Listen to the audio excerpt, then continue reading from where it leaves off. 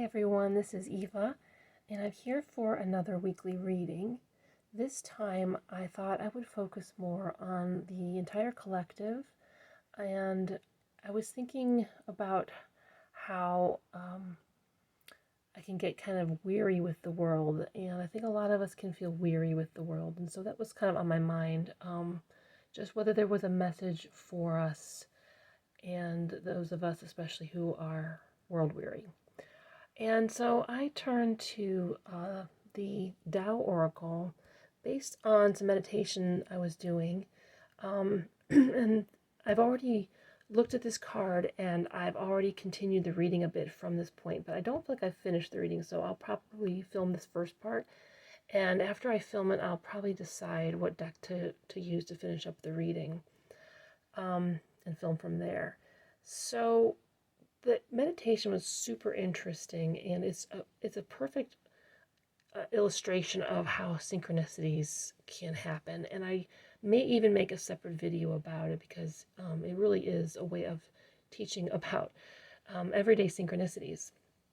So I'll start by talking a little bit about my meditation and why I chose the Tao Oracle. It started with a simple, prayer for the reading and opening up to spirit, just making myself receptive. And usually what happens is I start picking up on images, colors, or shapes. And what came through was what felt like the letter K, first of all, and then almost like a five-pointed or five-sided shape. I couldn't tell if I was looking at something with spokes or something with sides. So like pentagon shape was in my mind, but also was like a spiny urchin with five spokes. And yet the energy coming through had more to do with like a place that felt almost like ancient Asia with flowers and this K overriding it all. And I wondered like if it was a sort of an emperor. I don't know. I had this sense of like old China dynasties, and yet very benevolent and I don't know, just a weird mix of things. And at one point, maybe even before I got that far, I remember thinking of the word Ken. I'm like, I don't know why that word's coming to me, and I wasn't thinking of it in terms of the man's name. It was more like it was just Ken, and I thought, what is that? What does that even mean? And I was vaguely aware of it as a word that's in Scottish texts, like from watching Outlander and hearing the music, like, as a way of saying, hey, do you understand something? Do you ken it?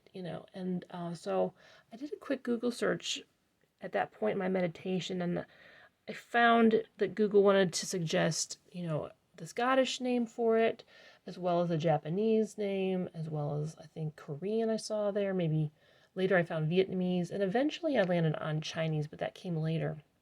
So anyway, with all of that in mind, I decided that the Tao Oracle was kind of the place to start. And we will be getting back to that business over the word Ken a little bit later. But for now, the card we start with is this one here, Influence. Number 31, it says at the bottom here, courtship, mutual attraction, genuine affection, natural magnetism, stimulation, and connecting. And the Tao Oracle was put together by someone who was very familiar with the I Ching out of China. And the I Ching, I don't know a lot about it, but it's a very old divination system as well, I believe. And it has these, this is called a trigram. Each one of these is a trigram, and together they make a hexagram. And you put together these different trigrams have their own like meaning. So this trigram's meaning can also be symbolized here by, I believe this is the lake. And then this one is symbolized by the mountain. And together they make their own meaning, which is influence. And there's probably other ways to name it. I know there's another set of cards called I think they're called the Visionary I Ching cards, which I've only looked at briefly. I don't own them. And I know they have different titles here, but they also use like lake and mountain symbols. So this card kind of surprised me because it, kind of makes you think of romance and maybe like a love reading or something. But this reading will be whatever it is, what it needs to be for you. But the word influence and the word connecting stood out to me perhaps the most. And what I was getting from this is how no matter what's going on in the world, we are both a part of it and not a part of it. We are affected by what's going on in the world. We affect what's going on in the world, but we also have our own relationships that are much different, and they're personal. So it's like interpersonal relationships versus the bigger picture. And I think that it's both important to lean into the relationships we have on the ground when we're feeling world weary, and to ask ourselves, how do we need to be connecting with the people in our lives? What do they need from us? How can we be something for them? And what do we need from them? What do we maybe need to tell people we need from them? So I'm going to move on from there, but I did think it was really interesting that we're starting with this idea of connection and our influence.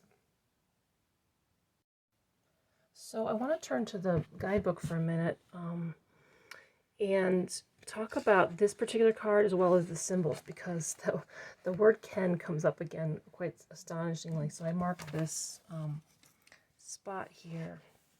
I'll just pause here. You can pause your video if you want to read from the guidebook here, in case that's of interest to you. But I want to turn here to where these symbols are talked about a little bit. So there's 4 on this page, and there's 4 on this page, and each card has 2. So our card has the joyous lake, and this is the Chinese name for it below here. You see that? You see some of the keywords: communicative, pleasurable, sexual, expressive, to open, etc. So we have some other words there as well. And then you come over here to mountain. Where is it? Dark green. And we have this word in Chinese for this symbol. Oops, my nail's broken. K-E-N with a symbol over the top. And I just was astonished when I saw that. So it's not like me to have words drop into my head like that. Words I just have no understanding of in meditation. And there's the word meditation too. And also mountain had come up in my meditation, I think before I saw this. And that's not that unusual for me to get a feeling of either being far away from a mountain and looking at it, or being on like a mountainside. But yeah, that was also in my meditation. So believe it or not, we're going to come back, and Ken is going to factor into this reading a little bit later as well. But I guess it means, I did look it up. I looked it up in Chinese then, because this is a Chinese system, and it says the Chinese name here. And I made sure to put that symbol in my word search, and it came up basically, best I could find, I'm not really sure yet, but best I can find in some translations would be root, origin, source, and I guess mountain. But for whatever reason, we have the other words here: rest and meditation, stillness, enduring, much like a mountain is. So anyway, coming back to our message, we have this idea of the joyous lake. It gives us pleasure, and finding rest and finding enduring qualities. So there's something really beautiful in this image, and of course we have the yin-yang symbol as well. This idea of harmony and of being the harmony that we want from the world, bringing that to the world. What we, what does that say? I'm not going to be able to remember it, but anyway, you want to be the thing that you want to attract in the world. And when we're feeling the world is so awful in some ways, it can really get us down, and we can really not feel like trying anymore. And that's one of the reasons I want to make these messages, is so that we all can feel like we're not alone, and not everybody is uncaring or, is trying to just trying to take what they can. And there are others out here who feel the same way. I mean, we do want to be putting into the world something of meaning and something that lifts others up. And so we all have to kind of look at that and see, how do we want to do that ourselves? And from here, I asked myself, okay, what next? And nothing came to me. Normally, I have a pretty good idea of what deck to move on to, and if I don't, I meditate and it quickly comes to me, and it did not come at all. So what I decided to do instead was go pull off my, I don't know how you say it exactly, the Tao Te Ching books off the shelf. I have two of them. Both of them I got used. This one's has the most writing on it from another person. It's kind of cute that way. But most of it's not written in, thankfully. But yeah, there's a little bit here and there. And I decided that I like this translation a little bit better than the other one I have. And this is a very ancient text that I think they date it to sometime in the 2000 BC, maybe. I mean, around that century. I forget. But it's quite old, out of China, and before communism and everything. And I think he predates Confucius even, or is it around that time period? Not that I'm any kind of expert, obviously. But I did a little bibliomancy by just praying and opening it up to this page, and I felt like my finger was mainly on number 29, but I will also look at 30 because the word influence came up here in 30, and we have that here in this card. So I'm going to look at both of these, and I'll go ahead and read these. This translation, by the way, is by a man named Brian Brown Walker.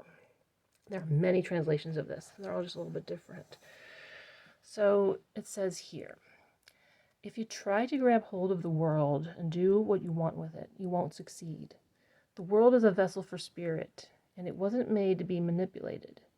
Tamper with it and you'll spoil it. Hold it and you'll lose it. With Tao, sometimes you move ahead and sometimes you stay back. Sometimes you work hard and sometimes you rest. Sometimes you're strong and sometimes you're weak. Sometimes you're up, sometimes you're down. The sage remains sensitive, avoiding extremes, avoiding extravagance, avoiding excess. So we'll go over that a little bit once I finished reading the next one to get the bigger picture here. Number 30. Those who wish to use Tao to influence others don't rely on force or weapons or military strategies. Force rebounds, weapons turn on their wielders. Battles are inevitably followed by famines. Just do what needs to be done and then stop. Attain your purpose, but don't press your advantage. Be resolute, but don't boast. Succeed, but don't crow. Accomplish, but don't overpower. Overdoing things invites decay, and this is Tao. And this is against Tao. Whatever is against Tao soon ceases to be. And for those who are unfamiliar with Taoism, which, I'm not that knowledgeable, but I'm learning. The idea of Tao, let's see here. I wonder if I want to go to the, I'd rather see what the author's writing here. Let's see. It's basically, the title of the book, first of all, may be translated as Goodness, basically the book of the good and natural way.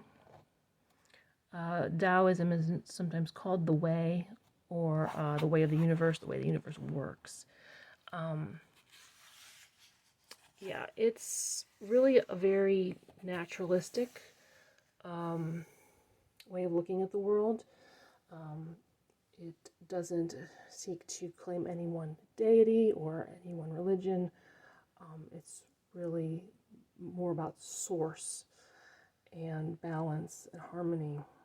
I think it's beautiful what I've learned of it so far, but it isn't really considered a religion. It's more of a philosophy and way of seeing not only the origins of the world, but moreover the way to exist in the world that's in harmony with everything. So the funny thing is well, first of all, what we see here again is kind of a surprising focus on the world, and even bringing in the things that kind of can be so disconcerting to us, like wars, and battles, the horrible things that are done out there. We are not unaware of these things, and yet we don't need to, I guess, feel alone in our distaste for them, and we need to be in our own lives the very thing we want for the world. So if we want harmony in the world, we need to work on establishing that in our own lives.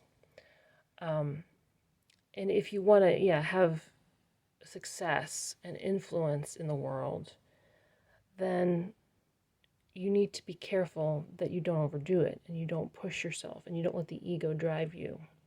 There is room for the ego. I'm forgetting if I saw that here or somewhere else. So, succeed, accomplish, but don't become overpowering in those things. So there is room for the ego. There is room for you to go after what you want to accomplish in this life, but as long as you're doing it in the right spirit, and you're remembering to bring that down to the interpersonal level, and have the kind of attractive qualities that you want to see from others. So it's just a really interesting reading. And the final word on synchronicity that I wanted to just point out, because it really had me laughing yesterday when I was first doing this meditation and so forth, was that in wondering, why I was kind of drawn to this book, or was it this book or the other translation or whatever. I was just like, I think I want to go with this book. I think it was even after I did the bibliomancy on it. I was reading again in the foreword, and the word "can" comes up again. It's the Scottish use of it. It says, how wonderfully ironic that a book as profound and simple as this bears a title that is difficult to translate. The word Tao has no close equivalent in our language.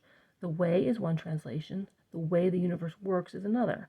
Neither is wholly satisfactory. It is fitting that the word remains enigmatic, because the idea behind it is the essential enigma.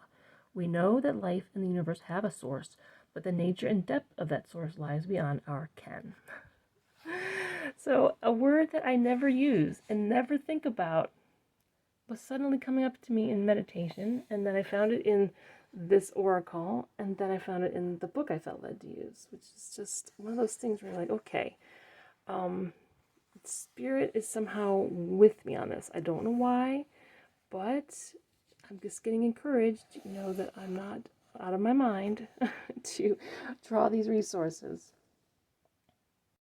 And that is where I need to pause and finish up the reading. So I'm going to try to select our final deck, and I'll be back.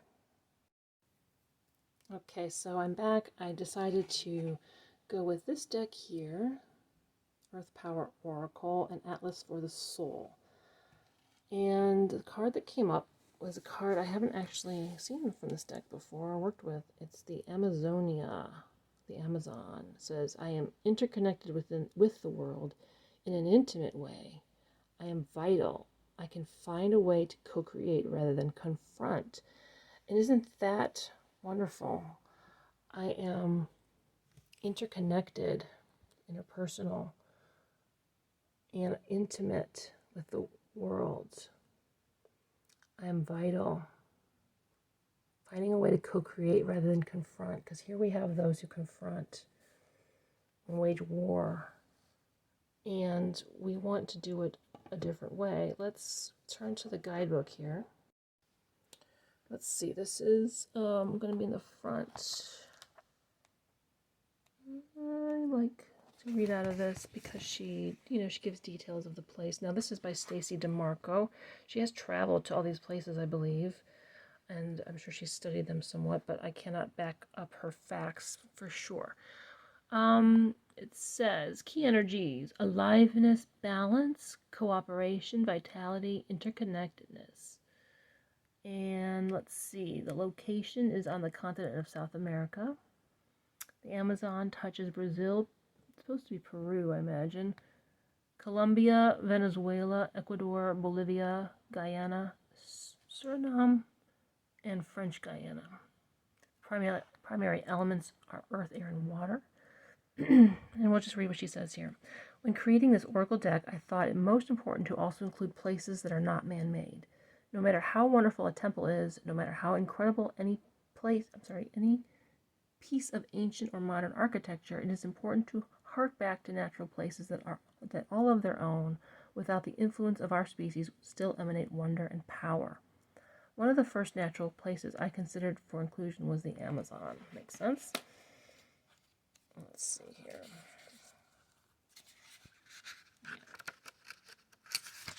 Sorry about that.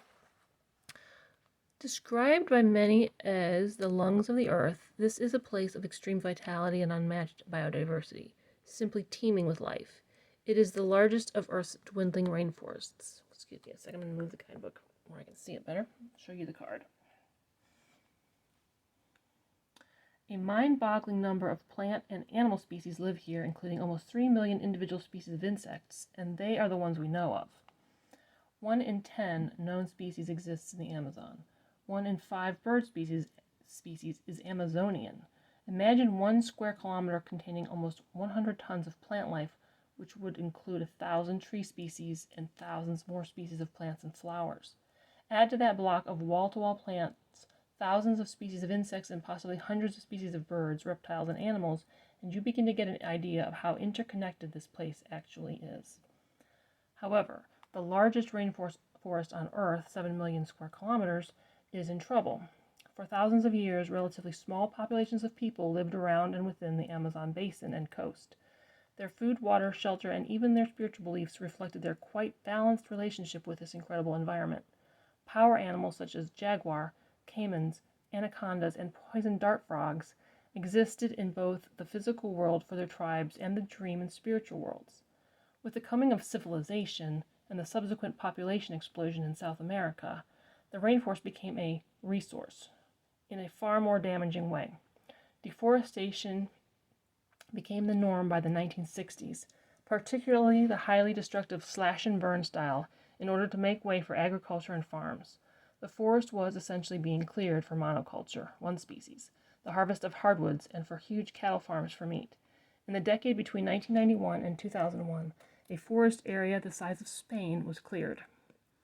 The issue here goes back to biodiversity. No species in the Amazon works alone. That is, every species is necessary and interconnected. For example, certain plants need a particular insect for pollination, and if successful, that plant feeds another small animal. That small animal is eaten by another larger one, and the scat of the larger animal is the incubation material for the first pollinating insect. Break any of those connections and all are threatened.